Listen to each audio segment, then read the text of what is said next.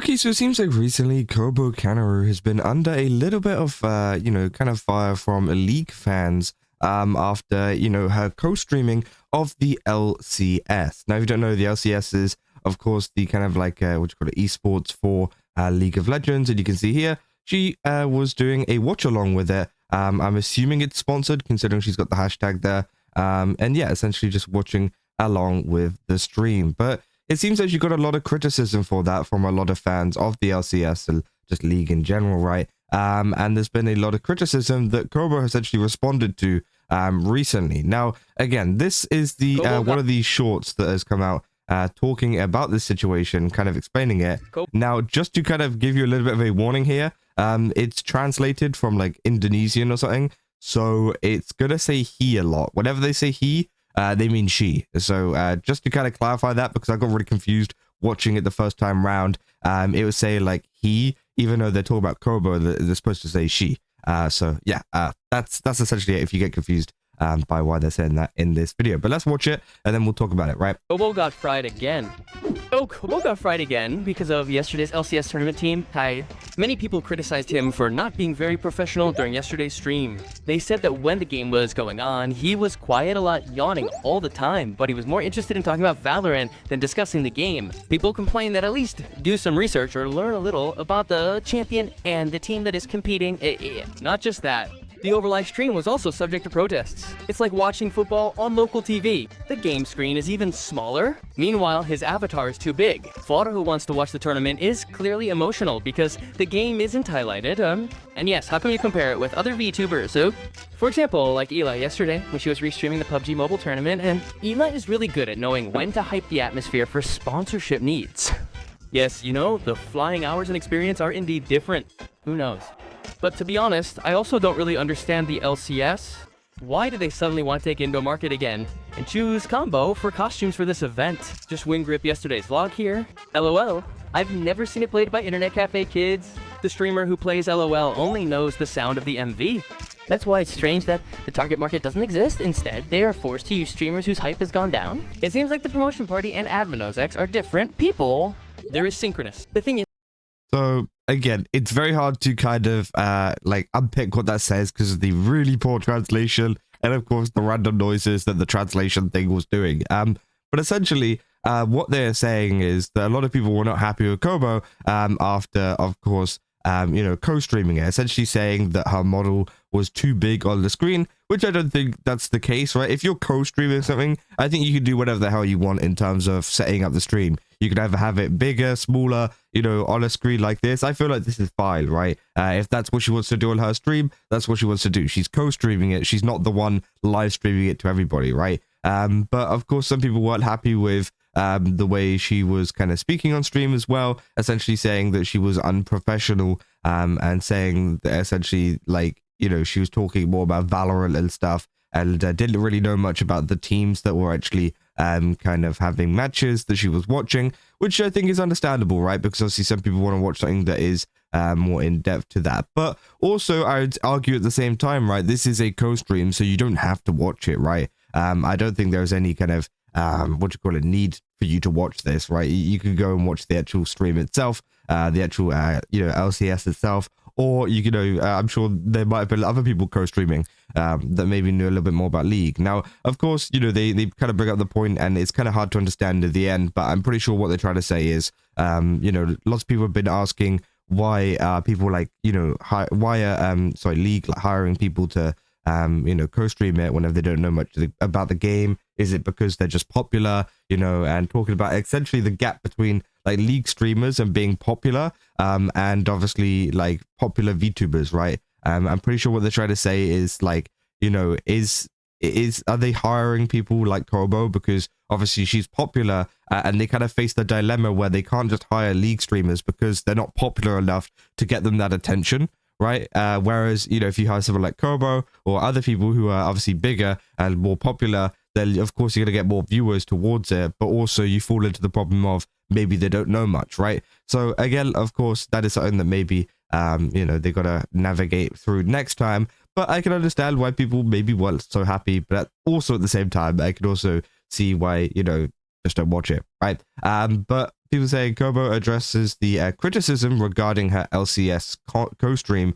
Say for some context, here's the YouTube short, which obviously we looked at. They say the short reports criticisms of Kobo's performance while co-streaming LCS matches based on posts from an infamous Indonesian VTuber related Facebook group. If you know, you know. The criticisms highlight limited game-focused commentary, frequent off-topic discussions, and a stream layout that made gameplay difficult to follow. Kobo is also compared to Kayla, described as more effective at maintaining engagement and hype. The video questions the event organizer's decision to select Kobo, suggesting a possible mismatch with audience expectations and local market preferences, which, yeah, as I said, that's pretty similar to what I said there. But again, you know, that is the kind of situation that's going down, and I think the comparing is a little bit silly. But yeah, obviously, here is Kobo responding to this saying, "Hi, here I want to apologize to the League of Legends community who feel disappointed in me. So this is like the umpteenth time that I've gotten messages like this in donations where I'm also confused about what they mean. But chat always tells me to brush it off, but I still end up dwelling on it until the stream ends. Hee. Finally, I came across a clip. I'm assuming it's the same clip as I did. Yeah, it seems like I'm starting to understand the point of those donations, and I want to learn more to fix this issue. To answer your confusion, I'm also puzzled why I was chosen, since I do not know much about League of Legends yet." So again, kind of just saying that she doesn't know much about League of Legends. She doesn't know why she's chosen. But again, also, I kind of understand why, you know, you would do it anyways, right? Get that bag. You told them, like, hey, I don't know anything about League of Legends. You know, you sure you still want to hire me? And they go, yeah. I mean, you know, might as well, right? You know, a lot of money from that. So again, I don't really fault her for doing it. And of course, as I realize, there are plenty of other members or streamers who know way more and are more competent than me. But on the flip side, I definitely don't want to let down the people who've placed their trust in me, or the fans who are happy about me being picked for this. That's why I in my remaining free time working behind the scenes, I've been doing research on the game, and I've also asked help from other streamers and VTuber friends who play it to teach me. And thankfully, they're kind enough to do so, even staying up until dawn without getting tired of teaching me. I know I still have a ton of shortcomings. I'm grateful for the criticism and advice you've given me. Thanks to the friends who have supported me and taught me. So yeah, obviously that's good. And so once again, I'm sorry, and going forward, Kobo will keep working to improve herself. So yeah, essentially, you know, she is kind of, you know, taken that kind of criticism and you know, dedicated it to learning a lot more about League. Learning more so, I think she's talking more so about the game rather than the actual like esport. Maybe she should learn a bit about the esport as well. That'll probably help out a little bit in terms of you know, obviously what she's going to talk about. Now, does this mean she's going to do more in the future? Maybe, because of course, you know, if she's learning it, she's obviously learning it for a reason.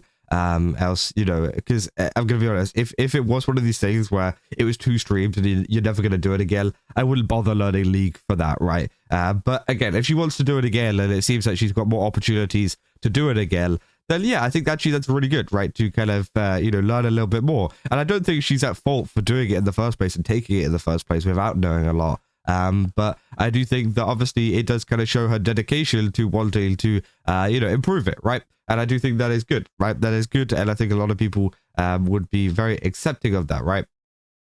He was saying, I normally watch LCS, but I've been tuning into all of her LCS streams. I think it's fine that a newcomer has streaming rights. She asks questions and chat gives her answers, and the stream has been very enjoyable. Obviously, it's a big deal to be given co-streaming rights, as they are very hard to get from Riot. Even many ex-pro players have a hard time and never get them. So I can understand why there's criticism, but I hope she doesn't stress herself out too much and has fun.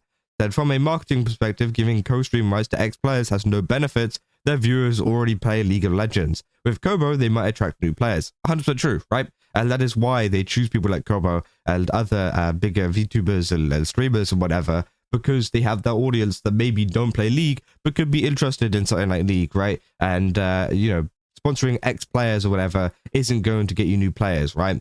And I see if you said you hit the nail on the head, which I do think, yeah, is 100% true. I see a lot of people talking about that. Jesus Christ, a lot of people are talking about that. I'm glad Kobo is being really mature about this, but the video doesn't feel right. It seems to be a drama channel and not even accounting for not even an account that does LOL content. So who knows how accurate they are in getting an understanding of the feelings of the LoL community, much more LoL community in Indonesia, which I assume what Riot Games wants to reach by partnering with Kobo. This is such a massive controversy. That's a new word. I haven't heard that one before, but yeah, of course. I said Kobo's getting lost in her feelings. Someone said Little Cat's secret agent. She's vibing and learning something she enjoys.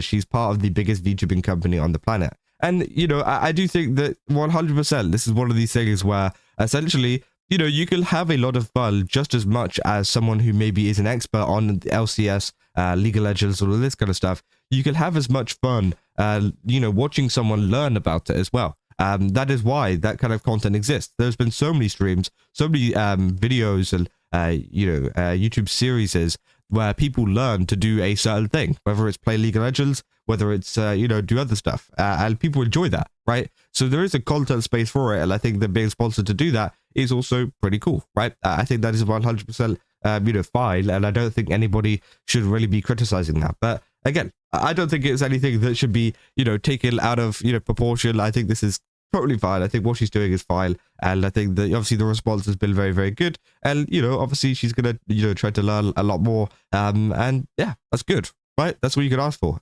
So yeah, that's all I got for this video. If you guys did enjoy it, don't forget to leave a like and subscribe. Also, go to Game Subs, use my code KAZZO, get 10% off. Again, they got a ton of really cool stuff over there. Definitely recommend checking it out. And yeah, I'll see you guys in the next one. That's all. See ya.